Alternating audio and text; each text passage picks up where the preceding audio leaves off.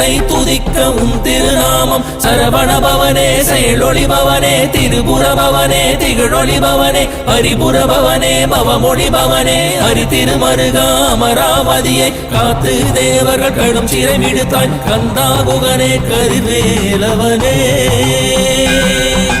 கார்த்திகை மைந்தா கடம்பா கடம்பனை இடும்பனை அழித்த இனியவள் முருகா தனிகாசலனே சங்கரன் புதல்வா கதிர்காமத்துறை கதிர்வேல் முருகா பழனி பதிவாழ் பாலகுமாரா